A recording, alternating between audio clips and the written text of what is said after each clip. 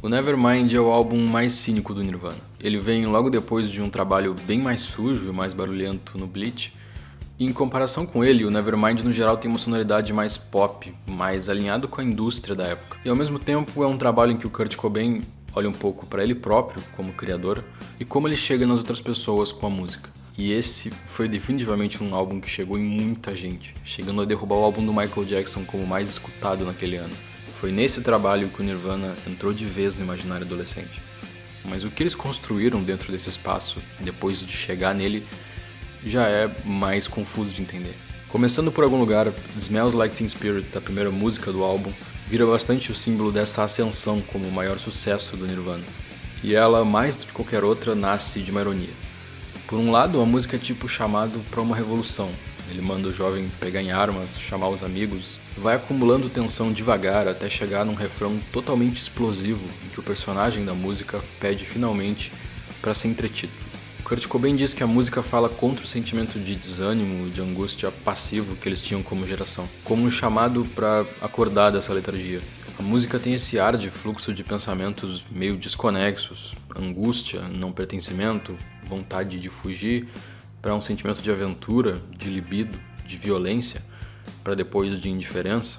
O resultado é essa mistura explosiva que passa a ser vendida pela imagem do quanto ela parece que representa o sentimento jovem da época. O tal espírito adolescente do título veio de uma marca de desodorante com o mesmo nome e, ironicamente, a música parece um pouco isso. Vários sentimentos da geração engarrafados e empacotados numa mistura, num formato altamente comercial, mas que também de alguma forma pode ser inflamável, incendiário também. Se isso por si só já é um pouco cínico, na música logo depois dela se adiciona uma outra camada. No clipe de In Bloom, algo tipo Florescido ou Em Flor, eles são apresentados como uma banda pop da década de 50, com a roupa e a aparência inocente, um público enorme, em êxtase, enquanto Kurt Cobain fala esse tipo de coisa.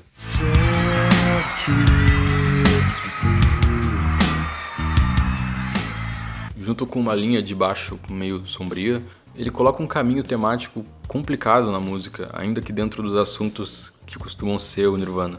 Desigualdade, alienação urbana, indiferença, uma coisa pessimista, tipo a primavera sendo vista só como plantas expondo órgãos reprodutivos, coisas que ele vê numa cultura de consumo doente, que cultiva através de propaganda estímulos, desejos, que são vistos ali como animais e selvagens. A tensão se acumulando para o refrão, que parece que vai compor uma narrativa mais clara ou fazer algo contra esses pensamentos, esses problemas que ele levanta, desemboca talvez no refrão mais pop e chiclete da banda, falando sobre uma pessoa que adora cantar as músicas e dar tiros com uma arma, mas não sabe sobre o que eles estão falando. Na maior parte do clipe, os gritos da plateia são tão altos quanto a música, um nível suficiente para ficar incômodo. Se parece que a hostilidade e a crítica da música são direcionadas para uma pessoa que consome a rebeldia do Nirvana na forma de produto, ela acaba dando um passo além disso.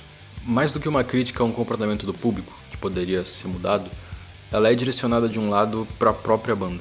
Ela usa de novo aqui a estratégia de revezar entre uma parte calma e outra barulhenta, uma mais pop e uma mais subversiva, como se desse uma concessão na forma da música para poder falar algo de verdade e conseguir espaço na indústria mesmo assim.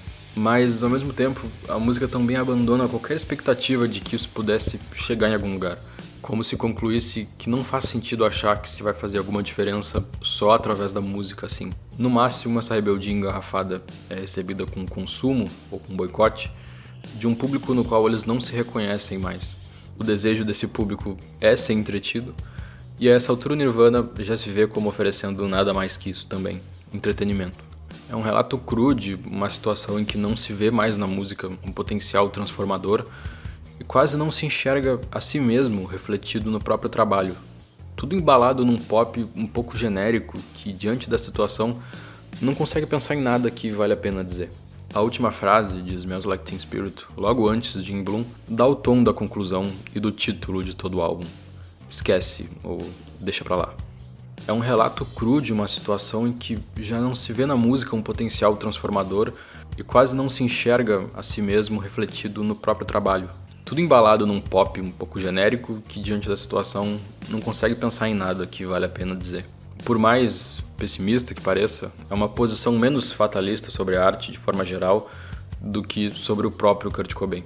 A maioria das músicas do álbum são estações de sentimento dele próprio, que o tempo todo vão estar se contradizendo ou competindo espaço uma com a outra, às vezes admitindo abertamente que ele só tá confuso ou não sabe o que quer dizer com alguma letra. São relatos muito pessoais de uma pessoa embalados para consumo em massa. O papel de um tipo de porta-voz de uma geração é a coisa que ele menos quer nesse sentido.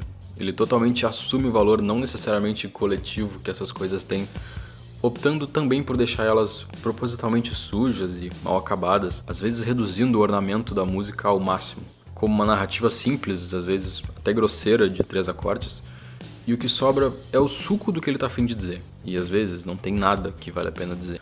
As duas músicas virando hits absolutos da banda, pedidas em todos os shows, é parte da ironia do Nevermind, que o Kurt Cobain preferiu lidar não tocando mais Smells Like Teen Spirit nos shows, e no meio do acústico MTV, quando pedem pra ele tocar em Bloom.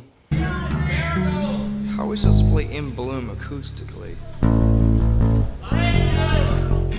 Meu nome é Otávio, esse vídeo só existe graças aos nossos apoiadores, e se quiser fazer parte e ajudar a gente a continuar produzindo também, tem várias recompensas muito legais na campanha, grupo do Zap, conteúdo adicional todo mês, então dá uma olhadinha na descrição, fica tudo explicado lá melhor.